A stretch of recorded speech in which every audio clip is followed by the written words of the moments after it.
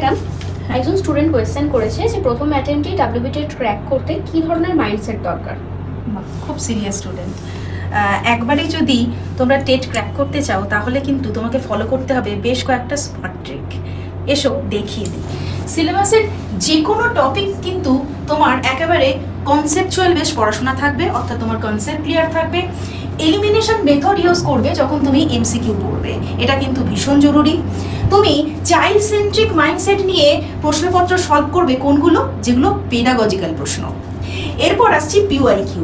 PYQ কিন্তু বলবো সাফল্যের একটা অনন্য চাবিকাঠি।